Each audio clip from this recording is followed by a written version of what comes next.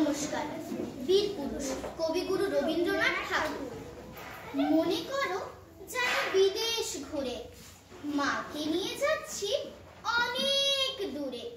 তুমি যাচ্ছ পালকিতে মা চড়ে, দরজা দুটো একটুকু ফাঁক করে।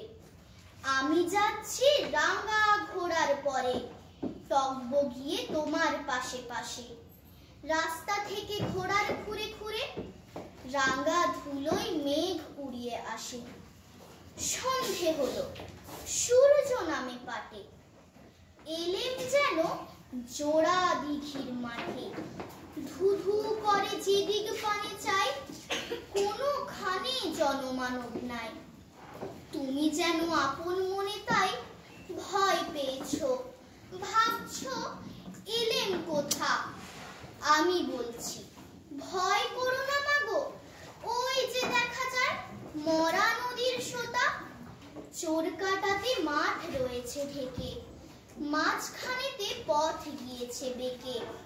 গরু বাছুর নেই কো কোনোখানে, সন্ধে হতেই গেছে গায়ের পানে।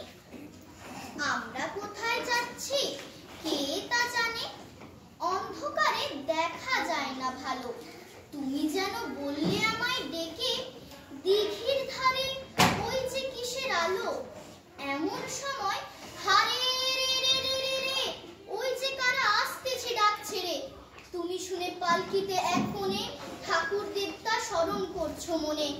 বেয়ারাগুলো পাশের কাটা বনে পালকি ছেড়ে কাঁপছে থরো থরো। আমি বলি আমি আছি, ভয় কেন মা করো। হাতে লাঠি, মাথায় ঝাঁকড়া চুল, কানে তাদের গোজা জবার ফুল। আমি বলি দাঁড়া, খবরদার, এক পা আগে আসিস যদি আর, এই যে দেখ আমার তলোয়ার, টুকরো করে দেব তোদের সেরে। তুমি বললে যাস নে খোকা ওরে। আমি বলি দেখোই না চুপ করে।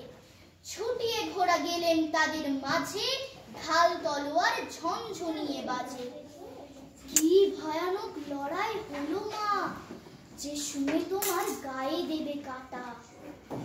কত লোক যে পালিয়ে গেল ভয়ে, কত লোকের মাথা পড়ল কাটা। এত লোকের সঙ্গে লড়াই করে ভাবছো খোকা গেলই বুঝি মরে। আমি তখন রক্ত মেখে ঘেমে বলছি এসে লড়াই গেছে থেমে। তুমি শুনে পালকি থেকে নেমে চুমু খেয়ে নিচ্ছ আমায় কোলে। বলছো ভাগ্যে খোকা সঙ্গে ছিল, কি দুর্দশায় হতো তা না হলে। কত কি যে ঘটে যাহা তাহা, সত্যি কেন হয় না এমন আহা। যদি এক গল্প হতো তবে শুনতো যারা অবাক হতো সবে। দাদা বলতো এ আবার হয় নাকি, খোকার গায়ে এত জোর আছে কি।